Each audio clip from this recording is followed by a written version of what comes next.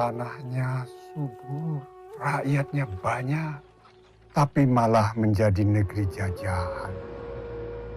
Kalau saja umat Islam bersatu seluruhnya, hal ini tidak akan terjadi.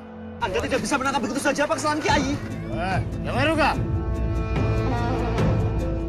Sungguh keliru kalau sampai Jepang memusuhi pesantren. Mereka nggak mengira kalau pesantren desa seperti Tebu Ireng ini punya pengikut cukup banyak. Dalam hidup ini, ada hal-hal yang bisa kita bicarakan. Bahkan bisa kita kompromikan. Tapi, kalau sudah menyangkut soal akidah, itu tidak bisa diganggu-gugat. Allahu Akbar! Allahu Akbar!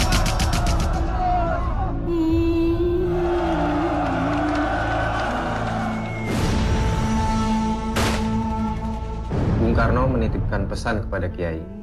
Apakah hukumnya membela tanah air, bukan membela Allah? Hukum membela negara dan melawan penjajah adalah fardu ain. Mas Harun! Aku nggak mau nanti punya anak. Negara kita masih dijajah. Aku akan ngelakuin apa aja, asalkan Belanda pergi dari sini.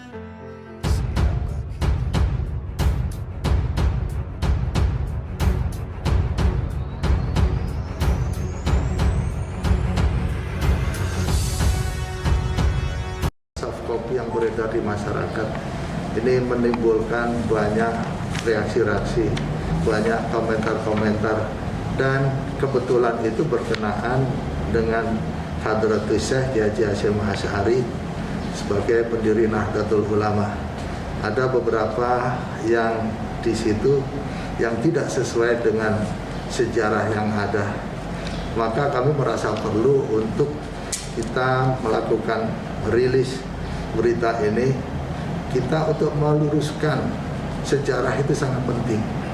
Jadi sejarah itu menjadi pedoman, sejarah itu menjadi dasar untuk bagaimana kita membangun bangsa ini supaya menjadi bangsa yang besar.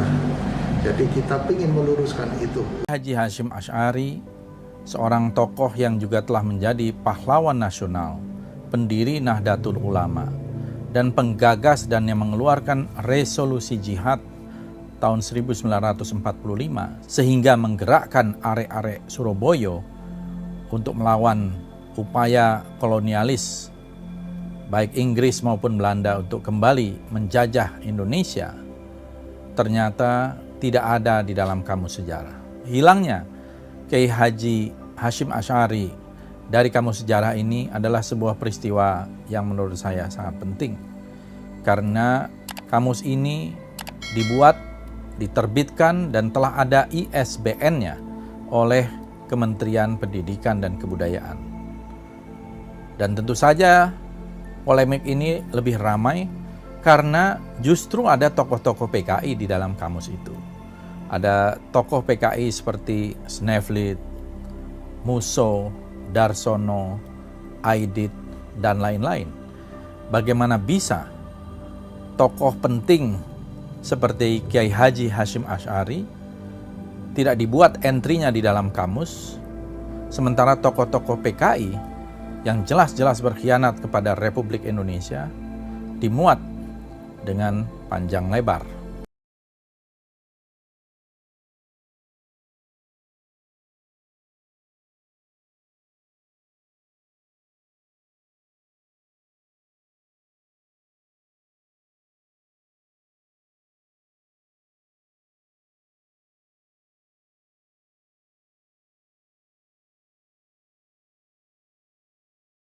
Pada masyarakat Indonesia, saya ingin memastikan bahwa tidak ada niatan Kemendikbud sama sekali menghilangkan jejak sejarah.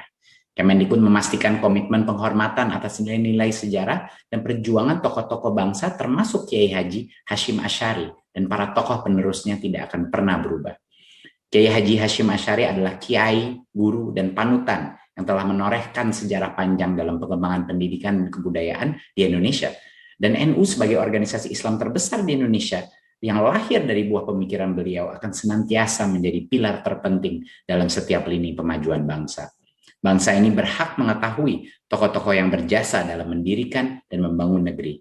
Hal itu juga membuat Kemendikbud malah mendirikan Museum Islam Hashim Asy'ari di Jombang dan menerbitkan buku Kiai Haji Hashim Asy'ari, Pengabdian Seorang Kiai untuk Negeri dalam rangka 109 tahun Kebangkitan Nasional.